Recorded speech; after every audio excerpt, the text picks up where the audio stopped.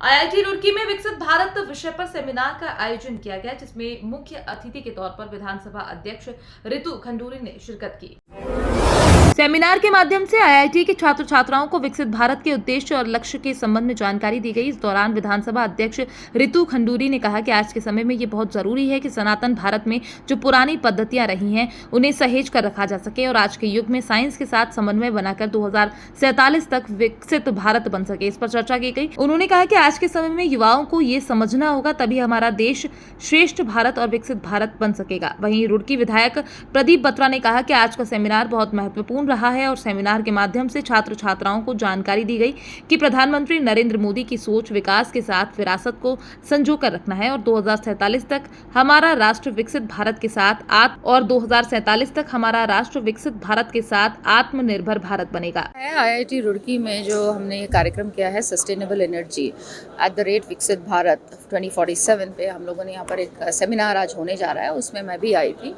और इस बात को हम लोगों ने रखा कि बहुत आवश्यक है कि जो सनातन भारत में जो पुरानी पद्धतियाँ थी, जो सिस्टम्स थे, जो तरीके थे, उनको भी आज की साइंस देखे, समझे और पढ़े और साथ ही साथ समन्वय रखते हुए जहाँ हमें एक तरफ सस्टेनेबल एनर्जी की आवश्यकता है, वहीं दूसरी तरफ देश को इकोनॉमिक डेवलपमेंट की भी आवश्यकता है। तो दोनों के साथ हार्मनी रखते हुए, हाथ में हाथ मिलाते हुए किस तरह से हम 2047 में एक सुंदर स्वस्थ भारत, डेवलप्ड भारत को देख पाएंगे, इसका यहाँ पे आज सेमिनार हो रहा है, उसमें मैं आज पहुँची हुई। आपने एक बात कही कि 2047 है उसको बचाए रखना और उसमें कहीं जो सस्टेनेबल है और एनर्जी बचाए। मैं आपके साथ बिल्कुल सहमत हूँ और मैंने इस बात को बोला है कि बहुत आवश्यक है कि हम लोग पुरानी पद्धतियों को अपने भूले नहीं। किस तरह का हम कंस्ट्रक्शन करते थे, कैसा कंस्ट्रक्शन करते थे, किस तरह से हम अपना खेती बाड़ी करते थे, गाय कितनी आवश्यक है, गोबर और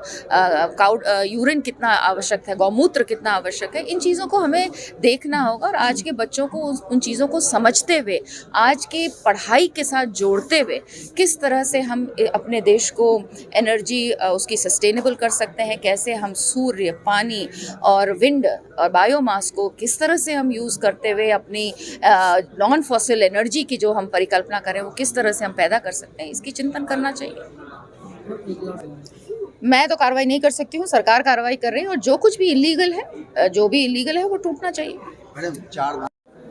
आईआईटी रुड़की द्वारा विकसित भारत को लेकर एक सेमिनार रखी गई, जिसमें हमारी ऑनरेबल स्पीकर रितु खंडूरी जी उपस्थित थी और हमारे deputy director UV Singh ji उपस्थित थे और सुमित के प्रोफेसर जी ने प्रोग्राम किया था।